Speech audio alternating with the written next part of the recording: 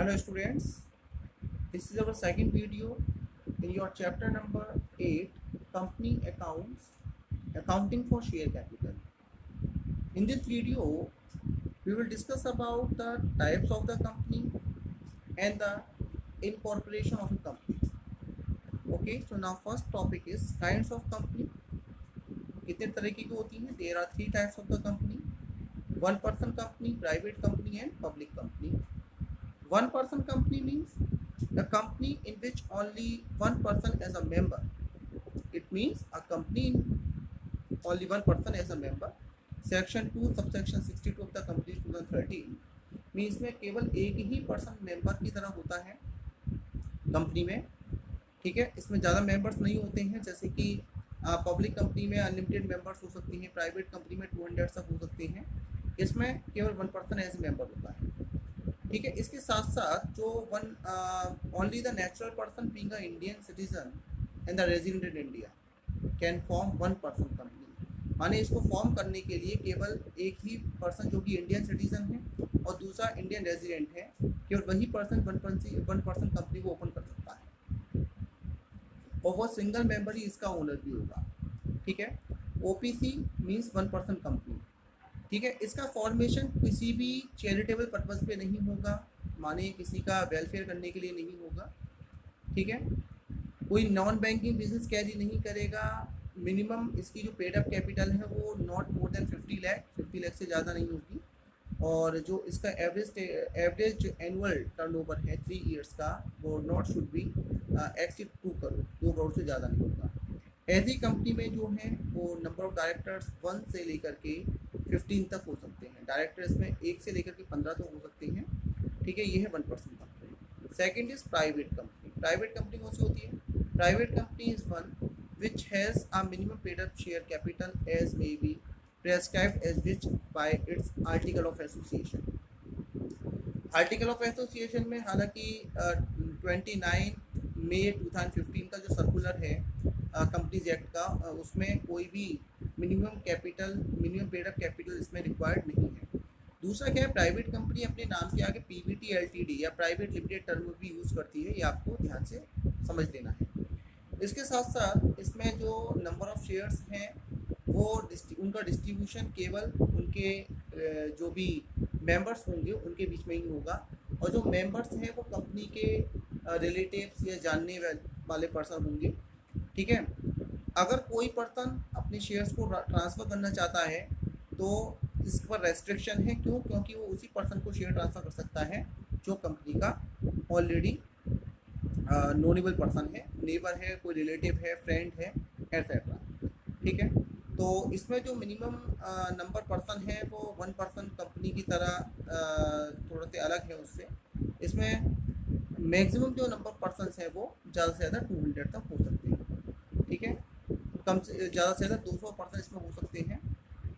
दूसरा नेक्स्ट है इसमें पब्लिक कंपनी.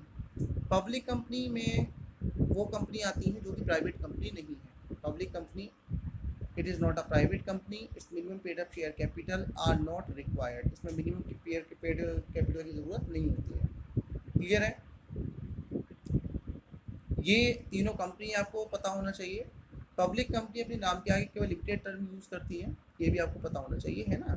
तो प्राइवेट कंपनी से बिल्कुल डिफर होती है. क्लियर है? नेक्स्ट है incorporation of a company. Incorporation of a company में ये इसके 4 प्रोसेस हैं. पहला प्रोसेस है promotion, second registration of a company या incorporation of a company, second capital subscription of a company and the commencement of a business. Now first one is promotion. Promotion कौन करते हैं? The person who initiate idea to open a company. यानी एक person जो कि company को start करना चाहता है जिसको प्रमोटर्स कहते हैं. तो ये इसका फर्स्ट स्टेज है इनकॉर्पोरेशन करने का. ठीक है, तो it is the first stage of the companies incorporation. इसमें सबसे पहले प्रमोशन स्टेज देखा जाता है. जब तक आइडिया नहीं होगा तब तक कंपनी नहीं चलेगी. जैसे कि प्रमोटर्स के बारे में हम समझ सकते हैं. रिलायंस के जो फाउंडर थे धीरूभाई अंबानी जी, उन्होंने कंपनी को खोलने का, स्टार्टअप देने का एक डिसीजन लिया और आज आप रिलायंस को देख सकते हैं. सेकेंड है इनकॉर्पोरेशन या रजिस्ट्रेशन. जैसे ही कंपनी का प्रमोशन स्टेज कंप्लीट हो जाता है, प्रोसेस कंप्लीट होता है, तो इसके बाद में रजिस्ट्रेशन प्रोसेस शुरू होता है।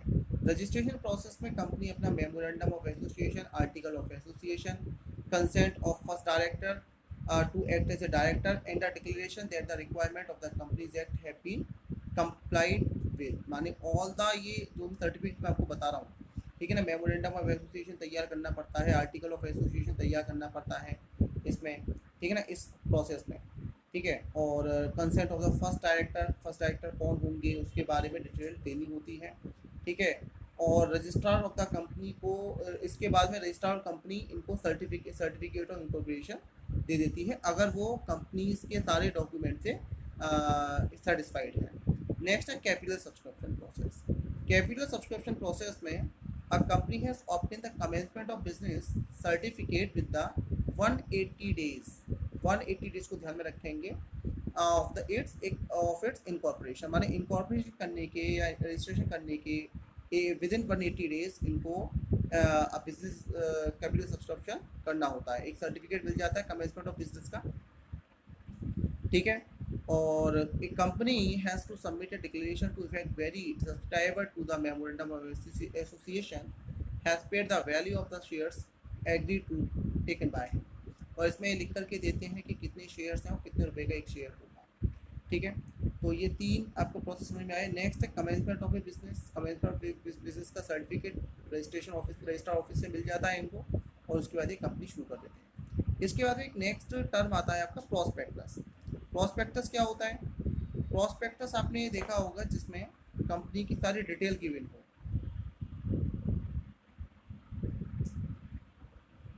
ठीक है ना। प्रोस्पेक्टस जिसमें कंपनी की सारी डिटेल गिवन हो।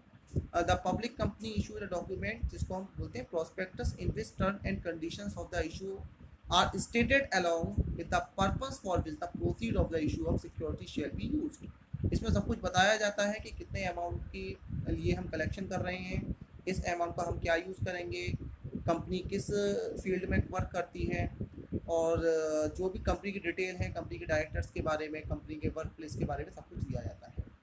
नेक्स्ट है मिनिमम सब्सक्रिप्शन। नेक्स्ट टॉपिक है आपका इसी में मिनिमम सब्सक्रिप्शन। मिनिमम सब्सक्रिप्शन क्या होता है?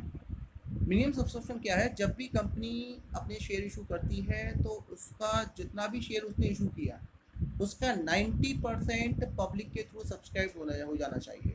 जैसे कि अगर कंपनी ने 10,000 नंबर ऑफ शेयर्स इशू किए तो इसका 90% मीन्स 9,000 शेयर्स पब्लिक के थ्रू सब्सक्राइब हो जाना चाहिए। अगर इससे कम नंबर ऑफ शेयर सब्सक्राइब होते हैं तो उस कंडीशन में कंपनी को जितना भी अमाउंट मिला है आने वाले 15 डेज़ में वो उसको रिफंड करना होता है और अपना जो इशू है उसको क्लोज कर देना होता है। क्लियर है? मिनिमम सब्सक्रिप्शन के बाद में नेक्स्ट टॉपिक है आपका preliminary expenses. Preliminary expenses. Preliminary expenses क्या होते हैं भाई? स्टार्टअप एक्सपेंसेस होते हैं जो कि बिजनेस को स्टार्ट करने के लिए किए जाते हैं।